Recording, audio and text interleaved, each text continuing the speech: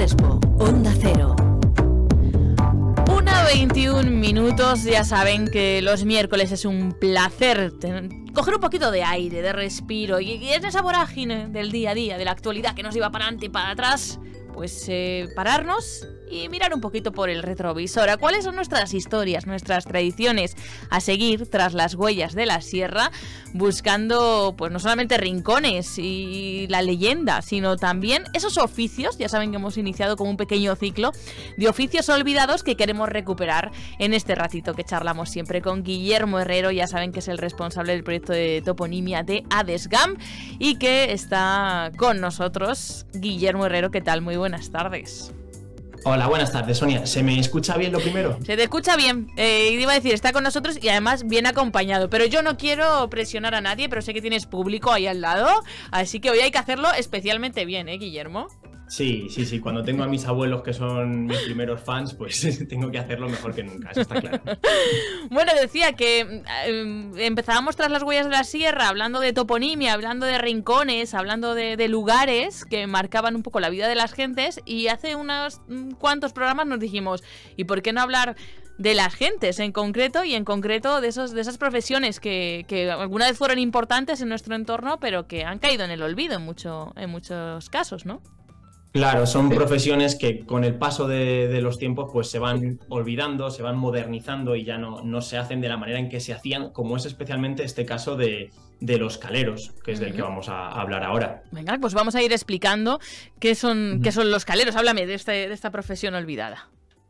Pues primero decir que era aquí en la Comunidad de Madrid, en el norte de la Comunidad de Madrid, era un oficio muy común. Abundaban las caleras desde tiempos inmemoriales y han perdurado hasta hace 60 años todavía existían estas caleras. Por ejemplo, están los hornos de cal de Guadalís de la Sierra o de Soto del Real, que son algunos de los pueblos que tenían realmente una tradición calera.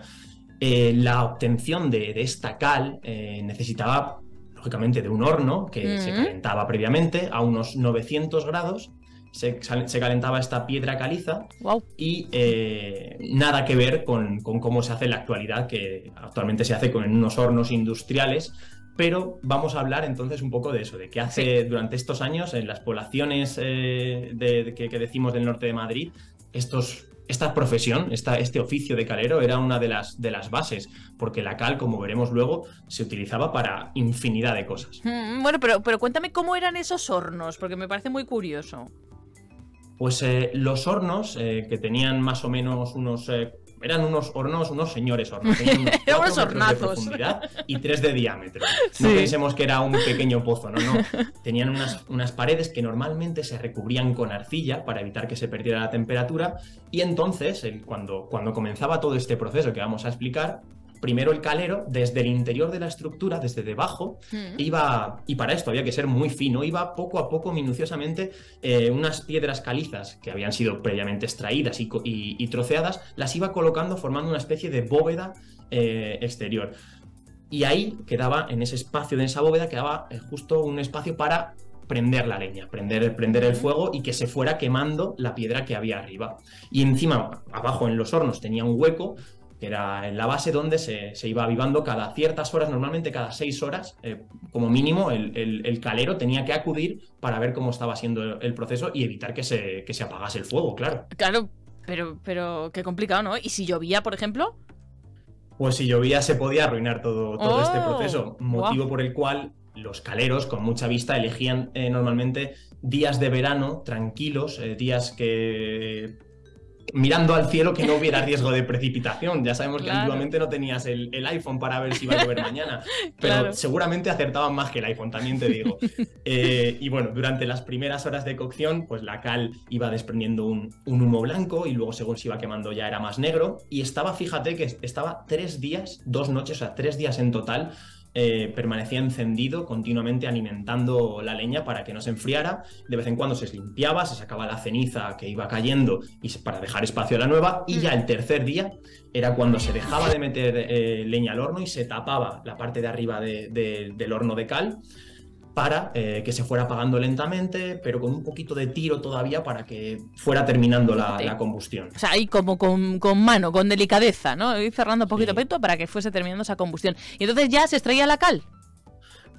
No, la tarea todavía no terminaba aquí, sino que todavía se extendía una semana más. Como estamos viendo, era una tarea harto complicada. Sí. El horno permanecía poco a poco enfriándose durante una semana y transcurrida esta semana, si la piedra se había cocido correctamente, porque a veces pues quedaba alguna piedra que normalmente, según he leído, era el 60% lo que se aprovechaba de toda la piedra que se metía. O sea que había veces que no todo se aprovechaba. Sí. Pero lo normal es que la bóveda se hubiera hundido, esa bóveda que habían creado previamente, y lo cual era una buena señal, lógicamente. Así que ya una vez que se iba enfriando el horno, se empezaban a desmontar estas piezas de piedra cocida, comenzando por arriba, y esta piedra pues ya era una piedra que tenía un aspecto quebradizo, era como una piedra porosa y blanda que se desmoronaba con facilidad, lo que ya sí que era finalmente la cal, pero para que todavía estuviese más lisa, se machacaba y se molía, y ya sí que definitivamente, fíjate qué proceso hemos contado aquí en 5 minutos, pero que era un proceso de más de una semana para conseguir la cal. ¿Y todo eso para qué? Porque ¿qué usos tenía la cal así antiguamente? No sé si se usaba mucho más que ahora. ¿Para qué? Pues la cal, que nos lo puede decir casi mejor mi abuelo que está aquí, pero fíjate, por ejemplo, una cosa que yo no sabía hasta que se inventó el cemento hace ya 2 siglos, en 1824, uno de los usos que tenía era como argamasa. La cal se mezclaba con arena y servía para darle solidez a los edificios, pero principalmente, y en el último siglo, se ha utilizado pues para enriquecer el suelo agrícola, para la pintura al fresco, para refrescar el interior de las viviendas y que al reflejar la luz del sol. También, por supuesto, yo creo que para lo que más se ha utilizado en los pueblos principalmente era como desinfectante. Muchas de las paredes de fuera, y todavía se sigue usando, de hecho, en las paredes de las viviendas. Y también un uso que a lo mejor se conoce menos era para desinfectar los animales muertos, e incluso en algunas épocas, cuando había alguna epidemia, alguna guerra, para desinfectar también los cadáveres de las personas. Sí. Bueno, es que yo lo he oído en las pelis así de asesinatos y eso, que les echaban ahí en cal y esas cosas. Así que también puede ser que tengamos esa imagen de la cal, ¿no? De estar en cal viva. Pero ¿queda alguno de esos hornos de cal por aquí, por nuestra zona? Pues como hemos dicho, todavía quedan hornos, por ejemplo, en Guadalix, en Soto del Real y en muchos otros pueblos que lo desconozco, pero seguro que hay muchos otros hornos. Lo que pasa es que muchos de ellos se sabe a lo mejor dónde estaba el lugar, aunque han quedado simplemente las ruinas, o en algunos otros lugares siempre nos quedará la toponimia, Sonia, porque sabemos de estos hornos por la toponimia. Son cientos de nombres de parajes, de topónimos que reciben el nombre en España de las caleras, las calerizas, los calizos, haciendo referencia a que ese era un lugar en el que se producía cal. Y bueno, pues la industria fue una industria que a gran escala hizo que muchos de los vecinos de los pueblos de la Sierra de Madrid fueran ganando su pequeño dinero, su pequeño jornal. Y por eso queríamos hoy recordarla. Y por cierto, quería dar un dato de que a finales de los años 60, cuando ya desaparecieron justo a finales de los 60, principios de los 70 estos hornos de cal, el precio estaba, fíjate, Sonia, a 2 pesetas el kilogramo, que lo he encontrado en una revista. Por 2 pesetas tenías 1 kilogramo de cal. Fíjate. Aunque al por mayor todavía era más barato. Y en Guadalix de la Sierra todavía queda viva alguno de estos productores de cal, alguno de estos caleros, que seguro que encantados nos contarían un día cómo era todo este proceso, mucho mejor de lo que lo he explicado yo, y como digo, de una industria que formaba parte del patrimonio inmaterial de esta comarca. Nosotros siempre con los oídos bien abiertos, así que si alguien nos está escuchando y dice, uy, pues yo tengo historias de este oficio, de otro, de este rincón, ya saben que en Tras las Huellas de la Sierra recuperamos todo lo que hay en cuanto a la historia, los lugares, los paisajes, las gentes de nuestra zona, así que les animamos que se pongan en contacto con nosotros en redacción@onda0madridnorte.es o a través del proyecto de Guillermo Herrero, que siempre lo digo, voy a decir www.topónimos.es. ¡Ay, lo he dicho bien! Genial, Sonia, gracias.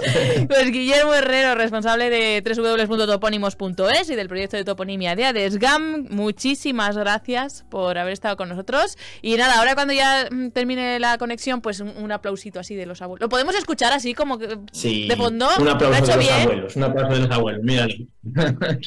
¡Ay, no está!